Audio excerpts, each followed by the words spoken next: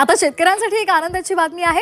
PM किसान हप्ता हा आज जमा होणार आहे। आजपासून नमो शेतकरी योजनेचे वितरण केले जाणार आहे। शेतकऱ्यांना पीक विम्याचे 2400 कोटी रुपये मिळणार आहेत। 10 लाख खात्यांमध्ये सगळे मेसेजेस येणं सुरू झालेलं आहे। आज शेतकऱ्यांना पीक विमा वाटप तुमच्यासाठी नवीन अपडेट आलेले आहे। शेतकरी मित्रांनो, शेवटपर्यंत हा व्हिडिओ नक्की बघा, कारण आपल्या राज्यभरातील लाखो शेतकऱ्यांची प्रतीक्षा अखेर संपलेली आहे। सरकारकडून अतिशय मोठा निर्णय जाहीर झाला असून सकाळपासून अनेक शहरांमध्ये आणि शेतकऱ्यांच्या बँक खात्यात थेट पीक विम्याची रक्कम जमा व्हायला सुरुवात झालेली आहे।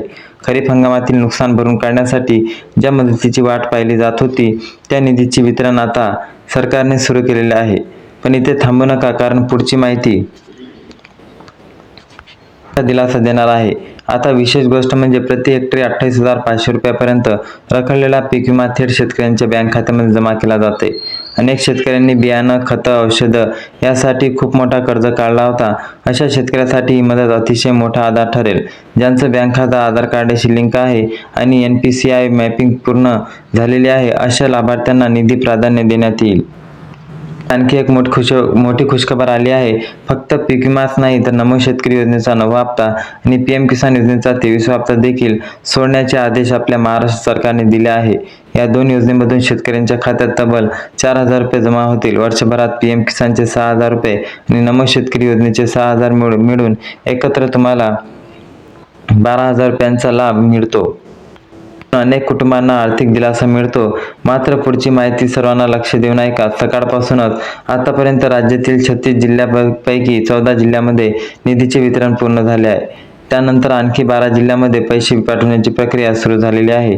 म्हणजे आज तब्बल 26 जिल्ह्यांमध्ये निधी पोहोचवायचे काम अंमलात आणलं जात आहे। त्यामुळे अनेक बँकांमध्ये व्यवहाराची जी गती आहे ती आपल्याला वाढवलेली दिसते। पण अजून एक महत्त्वाचा मुद्दा बाकी आहे, तो सुद्धा तुम्ही लक्षात घ्या। जर तुमच्या खात्यात अजूनही 28,500 रुपयांचा पीक विमा किंवा नमो शेतकरी योजनेचे 2,000 रुपये किंवा पीएम किसान योजनेचे 2,000 रुपये जमा झाले नसतील तर तुम्ही घाबरू नका। अनेक ठिकाणी बँकेकडून टप्प्याटप्प्याने DBTची प्रक्रिया सुरू आहे।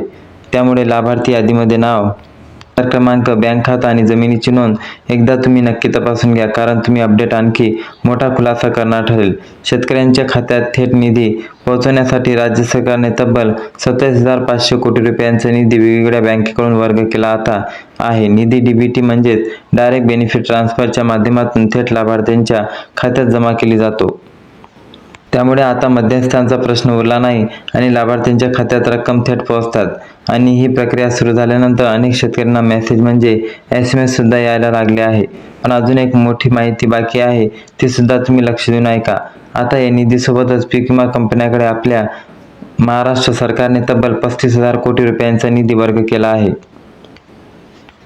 प्रलंबित पीक विमा दावे निकाली काढण्याचा मार्ग सुद्धा आता मोकळा झाला आहे।